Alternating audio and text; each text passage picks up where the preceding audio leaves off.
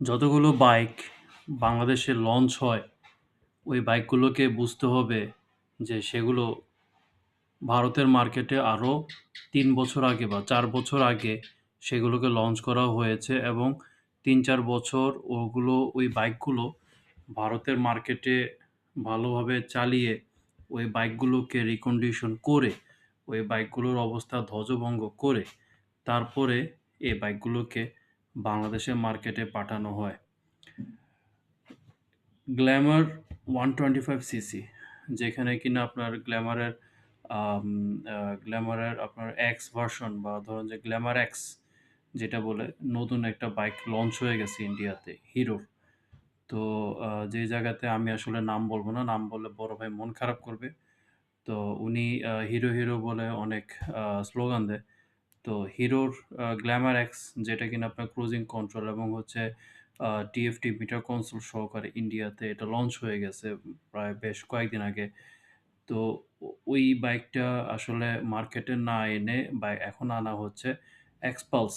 Xpulse যেটা কিনা বাংলাদেশে যে কেউ একজন আনঅফিসিয়াল বাইকটা ব্যবহার করে। তো উনার ভাষ্যমতে এই বাইকটা আরও ৫-৬ বছর আগের অনেক পুরাতন মডেলের একটা বাইক। তো ওই পুরাতন মডেলের বাইক বাংলাদেশে মার্কেটে আনা হচ্ছে, তা আনতেছে হিরো। তারপরে আসেন হচ্ছে হন্ডার ব্যাপারে আসি।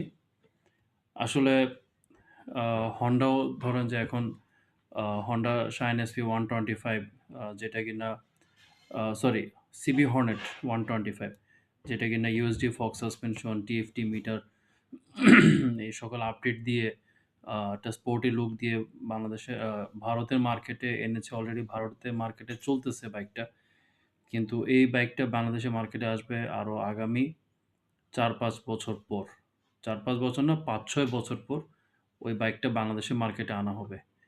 তো আসলে আমরা যারা আ বাংলাদেশের আ যারা Honda বাইক চালাতে পছন্দ করি, Hero র বাইক চালাতে পছন্দ করি, Yamaha বলেন, Suzuki বলেন, বাংলাদেশে কখনোই আ কোনো নতুন মডেল ভারতের মার্কেটে ওইটাকে একদম পচা না বানিয়ে, একদম পচা মাল না বানিয়ে ধ্বজভঙ্গ বানানো ছাড়া ওই বাইকটাকে বাংলাদেশের মার্কেটে কখনোই তারা ছাড়বে না যতদিন না পর্যন্ত তারা খায়েশ মিটিয়ে ওই বাইকটাকে ব্যবহার না করে ছাড়বে। যেমন দুবাইয়ের শেখরা যেকোনো অটোমোবাইল একদম বাজেভাবে ব্যবহার করে ভাইঙ্গা-চুইরা রিকন্ডিশন করে ওগুলোকে বাংলাদেশে পাঠায়। যে সকল প্রাইভেট কারগুলা নিয়ে আমরা এখন খুব ফুটানি দেখাই।